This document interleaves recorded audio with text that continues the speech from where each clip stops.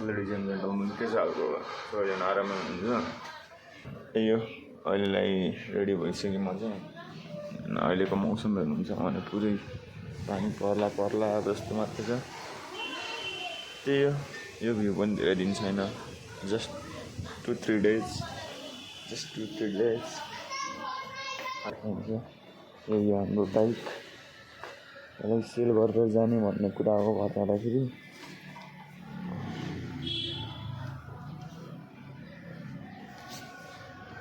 अहिले अब पुस्नु पर्ने थियो, अब त्यो नै सकिएन भने अब पछाडि गर्छु पर्ने।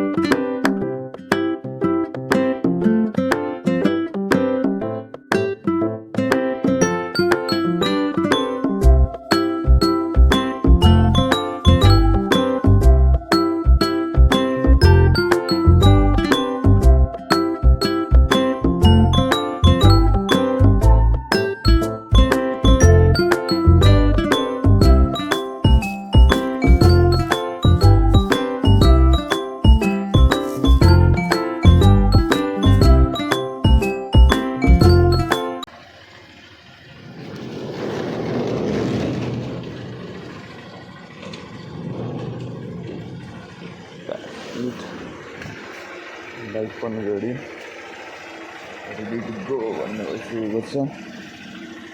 And this is my today outfit. होइन आउटफिट चाहिँ हल्का ढिलो देखाइहाल्छ मैले। मलाई त मसँग माउन्ट छैन, so that will reach in next destination. ल सो म भेन्डरकोमा पनि पुगिसकेँ 11 बजे। आउने कति बजे पुग्यो थाहा भएन यार, अब कति बजे त्यो गरेको हिँडेको ठ्याक्क 10:50 you can check the environment.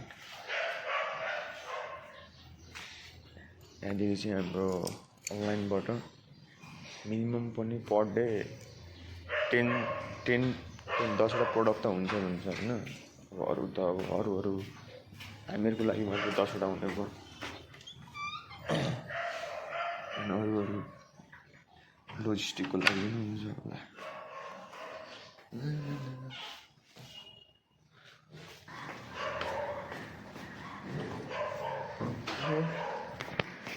We leave from here and on total 5. We got only total 5 parcels from here. And because today is Saturday on, I know Saturday पनि हो यस्तै parcel.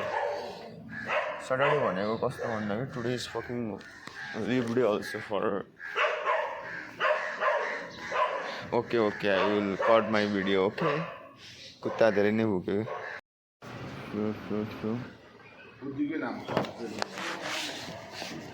Next day, next group flow, होइन अब second last day things are going.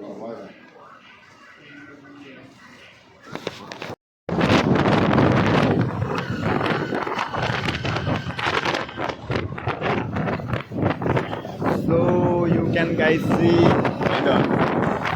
today is fucking the last day of my work day. So we are going Sabil. This is now Sorapute. This is petrol pump. And मैले पछाडि किन बोकिरहेको छु भन्दाखेरिको कहानी पछि नै भनौँला। अनि अहिले चाहिँ हामी अन द वे डेस्टिनेसनको लागि लागिरहेको छौँ। And we need mic cause bike खतरा तानिदिन्छ। हात त पछाडि तान्छ यार यसले। म समातिरहेको छु, एउटा हातले क्यामेरा, एउटा हात उकालोमा। अनि फेरि भ्लगर हो भने त फेरि हात त फेरि जता बेटाएर ठ्याक्कै एङ्गलमै बेटारिन्छ क्या फेरि होइन। अनि यो चाहिँ हामी आइसक्यौँ कहाँ भन्दाखेरि लेखनाथ मार्ग थमेल। लेखनाथ मार्ग छ थमेल नै पर्ने, यो पनि थमेल नै पर्ने रहेछ यो बात। यतापट्टिको त थमेल पर्दैन होला अरे, फामाकोसीमा पर्छ होला। अनि एउटा पिपल बोर्ड हाम्रो थमेलको ल। हाम्रो प्रहरी दादाहरू स्ट्यान्ड बाई स्ट्यान्ड नयाँ सरकार आएदेखि हाम्रो पुलिस सरकार पनि अब पुलिस हाम्रो के भन्छ गृह मन्त्रालयदेखि नै अर्डर आइसकेको अनुसार धमाधम ट्राफिक दायाहरू पनि आफ्नो सुरक्षाकर्मी दिनमा अगाडि आइसक्नु भएको छ ल। ला जता हेऱ्यो त्यता ट्राफिकै ट्राफिक। के हो र आइन अब मलाई, म त राइटतिर जान्छु। ओए मुझे एक्सिडेन्ट भएछ क्या हो, ठोक्दी कि क्या हो कारले। अनि म हेर्नु त्यहाँ यही भएर हो कि त्यहाँ बुझाउँदैछ, हानिदिइसक्यो फेरि ग्याममै हानिदिइसक्यो, त्यहाँ बुझाउँदैछ अर्कोलाई फेरि यही हो कि मलाई। अब त्यहाँ गाडीहरू आइरहन् अनि मलाई बिच बाटोमा बाटो काटेपछि अब अनि भ्यू चाहिँ मिठो देखिराखेर चस्मादेखि मोबाइलमा पनि, अब मोबाइलमा चाहिँ कस्तो क्याप्चर भयो भन्ने हो। एन्ड वी रिच अब हेर्नु यो चाहिँ BMW। अनि कार त फेरि मक्कनहरू छन् त फेरि काठमाडौँमा। लुक चाहिँ हेरेँ मैले BMW भनिदिएको, नजिक आएर हेर्दा त BMW नै रहेछ क्या।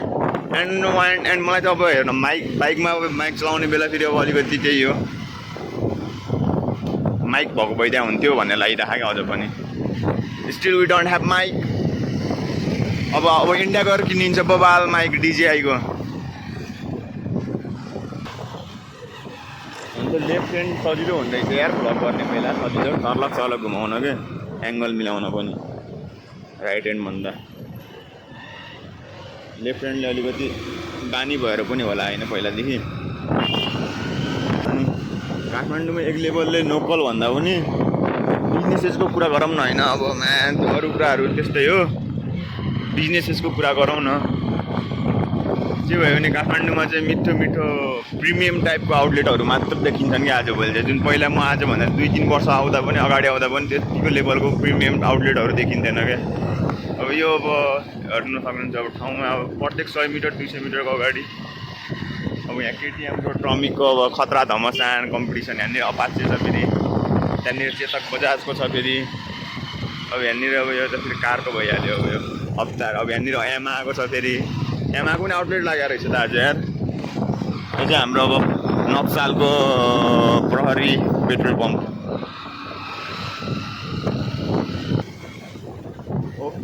ओके अब हामीहरू 3 मिनटमा पुग्नै आँटिसक्यो हाम्रो लोकेसनमा।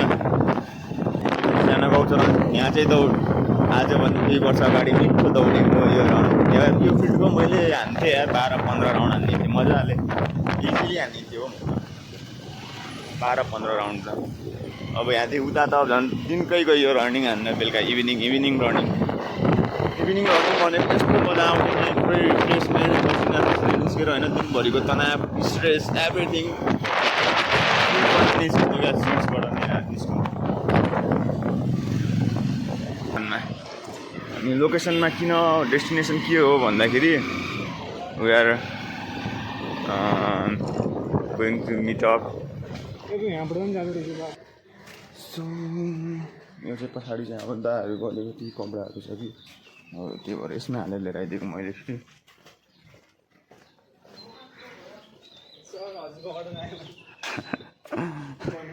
अनि फोन गर्नुपर्छ यार, अब यो मोबाइल राख्छु ल, अब नेक्स्ट क्लिप अर्को आउँछ यसलाई।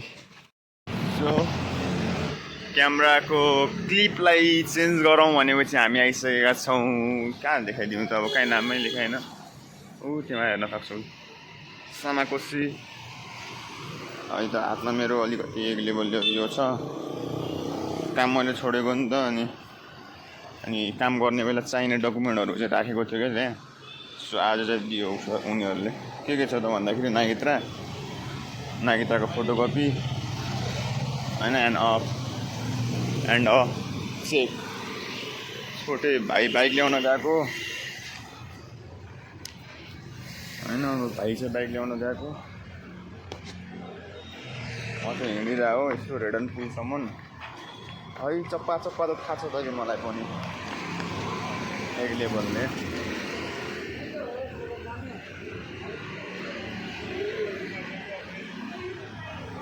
आज हाम्रो राइडर दाहरूको केही छलफल चलिरहेको छ होला बेचास लिङलिङ